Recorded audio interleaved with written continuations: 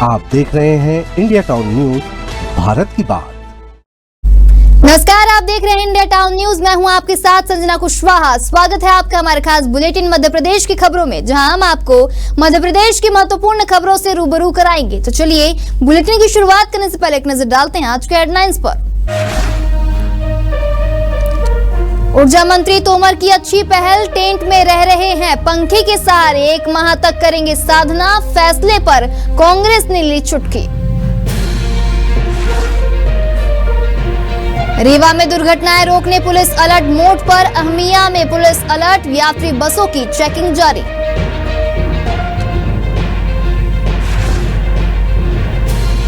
रतलाम में सिंदूर को समर्पित रक्तदान, एसडीएम ने किया रक्तदान, वहीं डॉक्टर्स ने भी किया रक्तदान।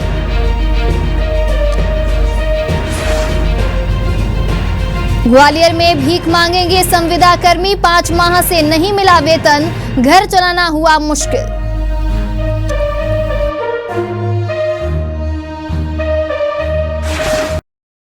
चलिए बढ़ते खबरों की ओर। 3 जून के बाद भोपाल में आपको बड़ी संख्या में भीख मांगते हुए लोग सड़क पर नजर आ सकते हैं। ऐसा इसलिए होगा क्योंकि ये ऐलान स्वास्थ्य विभाग के हजारों संविदा आउटसोर्स कर्मचारियों ने किया है। दरअसल स्वास्थ्य विभाग में कार्यरत 20,000 से भी ज्यादा संविदा आउटसोर्स कर्मचारी भोपाल में 3 जून को एकजुट होंगे। यह सभी मध्य प्रदेश संविदा आउटसोर्स स्वास्थ्य कर्मचारी संघ के बैनर तले डिप्टी सीएम और स्वास्थ्य मंत्री राजेंद्र शुक्ल से मुलाकात करने जा रहे हैं। समय पर वेतन देने सहित अन्य मांगों को लेकर डिप्टी सीएम को ज्ञापन सौंपा जाएगा। इसके जरिए सरकार को चेतावनी भी दी जाएगी कि यदि उनकी मांगों पर गौर नहीं किया गया तो वह आने वाले दिनों में भोपाल की सड़कों पर भीख मांगेंगे।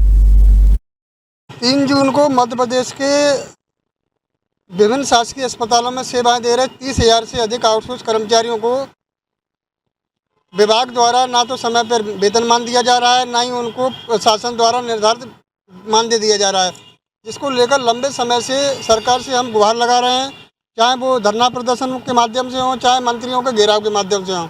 लेकिन सरकार द्वारा विधानसभा चुनाव के समय हमसे वादा भी किया था, लेकिन सरकार द्वारा वादा पूरा नहीं किया है, जिसके लेकर वेतन भुगतान नहीं होने के कारण कर्मचारी रोजी रोटी के संकट से लगातार गुजर रहे हैं, जिसको लेकर हम मंत्री महोदय से लगातार, मंत्रियों से, अधिकारियों से लगातार गुहार लगा रहे हैं, लेकिन आज दिनांक तक कोई इसका समाधान नहीं किया गया। इसलिए मजबूर होकर प्रदेश के आउटसोर्स कर्मचारी डिप्टी सीएम के बंगले पर 3 जून को एकत्र हो रहे हैं। वो अपनी आप बीती माननीय मंत्री महोदय को, डिप्टी सीएम साहब को सुनाएंगे। मध्य प्रदेश के हरदा शहर के एक पेट्रोल पंप में डकैती की योजना बना रहे सोनकच्छ के कुख्यात कंजर ट्रक कटिंग गैंग के 3 सदस्यों को पुलिस ने गिरफ्तार कर लिया है। बता दें गिरोह के 3 सदस्य फरार हो गए हैं।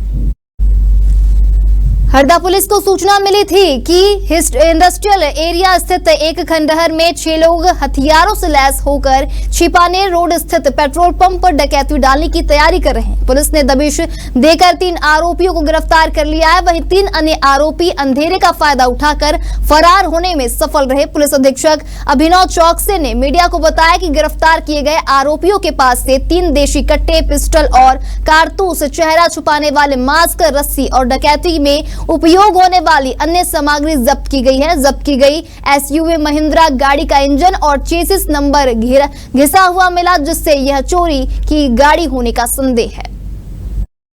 मामला 1 और 2 तारीख की दरमियानी रात का है।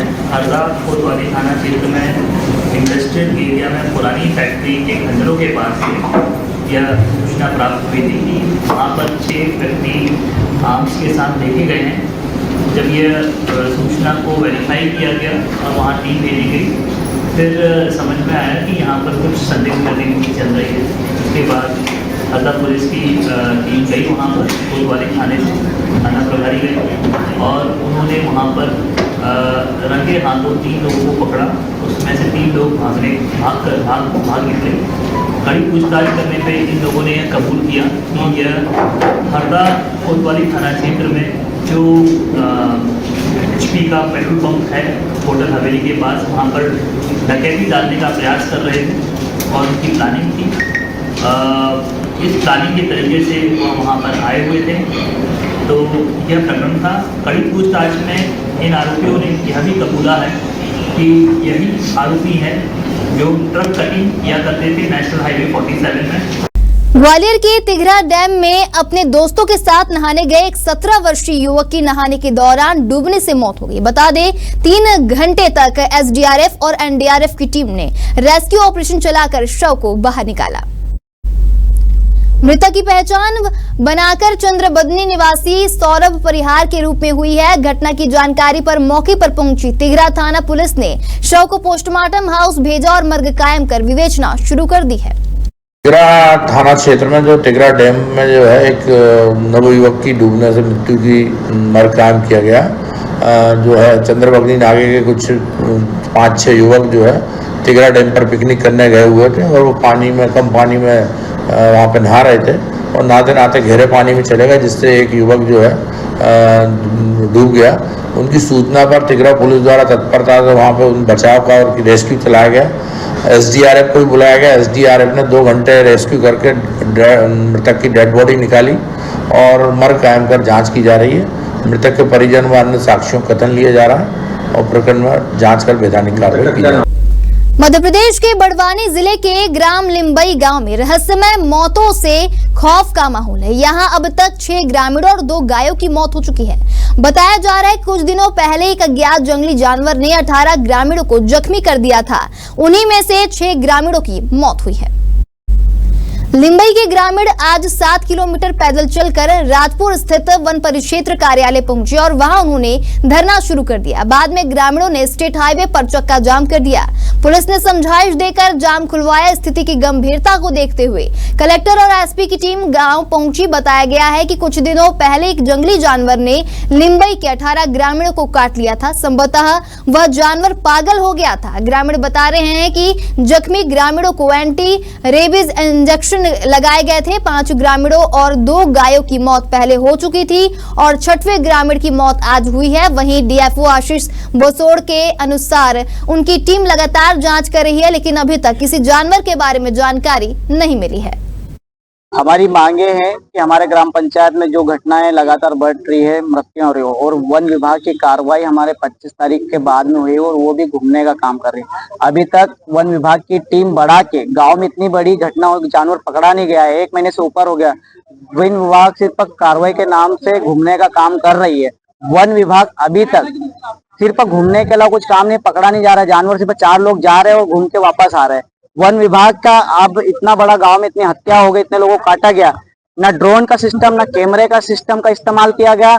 इन्होंने इनकी टीम वन विभाग की बढ़ाई गई। 4 लोगों के अलावा कुछ भी नहीं किया गया है। 5 तारीख को जो दुखद घटना हुई थी जिसमें कुछ 17-18 ग्रामीणों को सोते समय किसी अज्ञात जानवर ने काटा था, उसके बाद इनका इलाज शुरू हुआ था। मैं भी जिला अस्पताल में गया था देखने के लिए, जो कि गंभीर रूप से घायल थे। उसके बाद हमने लगातार जंगल में उस आसपास के गांव के क्षेत्र में सर्चिंग बढ़ा दी थी, सर्चिंग शुरू कर दी। क्योंकि वहां से जंगल 4.5 किलोमीटर दूर है। हमने जंगल क्षेत्र और जंगल और गांव के बीच का जो क्षेत्र है वो पूरे क्षेत्र में हमने सर्चिंग बढ़ा दी थी कि वो जानवर मिल जाए, लेकिन उसका कोई पगमार्क, कोई साक्ष्य, ऐसे कोई निशानी नहीं मिली जिससे कि कंफर्म हो जाए कि वो कौन सा जानवर था। असल में उस समय जो घायल हुए थे लोग, उन्होंने बताया था कि कुत्ते जैसा जानवर है। हम जंगल के क्षेत्र में और गांव के आसपास के क्षेत्र में उसको सर्च ही कर रहे थे। अब चूंकि ये रेबीज की घटना, रेबीज से पीड़ित लगता है वो जो भी जानवर है जिसने काटा है, वो 2-3 दिन में तो मर जाता है। तो हम उसका कोई भी साक्ष्य, चाहे डेड बॉडी या कुछ भी कोशिश कर रहे हैं कि वो मिल जाए हमको। उस समय तक हम वही कोशिश कर रहे थे कि मिल जाए तो हम आगे प्रकरण बनाए। अभी हम लोगों के जो बयान है, लोगों ने जो प्रत्यक्ष जो देखा है, उनके बयान के आधार पर हम आगे की कार्रवाई कर रहे हैं। रीवा जिले के बैकुंठपुर थाना क्षेत्र में एक घर में सेंधमारी कर और पालतू कुत्ते को बेहोश कर चोरों ने लाखों रुपए की चोरी की घटना को अंजाम दिया है। इतना ही नहीं, वारदात को अंजाम देने से पहले चोरों ने उसी घर में शराब भी पी है। मामला रीवा जिले के बैकुंठपुर थाना क्षेत्र अंतर्गत पटना कचूर गांव के बेलहई टोला का है, जहां पर बीती रात चोरों ने एक घर में सेंधमारी कर लाखों रुपए की चोरी कर ली। चोरों ने पहले शराब पी, फिर घर में मौजूद पालतू डॉग को स्प्रे डालकर बेहोश कर दिया और चोरी की घटना को अंजाम दिया और मौके से फरार हो गए। सुबह जब इसकी जानकारी परिवार वालों को हुई तो उन्होंने इसकी सूचना पुलिस को दी। वहीं मौके पर पहुंची पुलिस ने मामले की जाँच शुरू की है। फिलहाल अभी चोरों का सुराग नहीं मिल पाया है। आज की रात की बात है। बैकुंठपुर में पटना गाँव में सेंधमारी की वारदात प्रकाश में आई, जिसमें सेंधमारी लगा करके लड़के जेवरात और कुछ नकदी चोर चुरा के ले गए। हमने इसमें FIR कर ली है और टीम बना ली है हमने इसमें, और अलग अलग एंगल से किस गैंग ने काम किया उस पर हम काम कर रहे हैं, जिससे कि हम इसमें जल्दी सफलता। ग्वालियर की खबर है, जहां कुत्ते के भौंकने पर बदमाशों ने कुत्ते के मालिक को गोली मार दी। इतना ही नहीं, गोली लगने से युवक गंभीर रूप से घायल हो गया। घायल युवक को अस्पताल में भर्ती कराया गया। वही घटना कंपू थाना क्षेत्र के कैंसर पहाड़ी की है।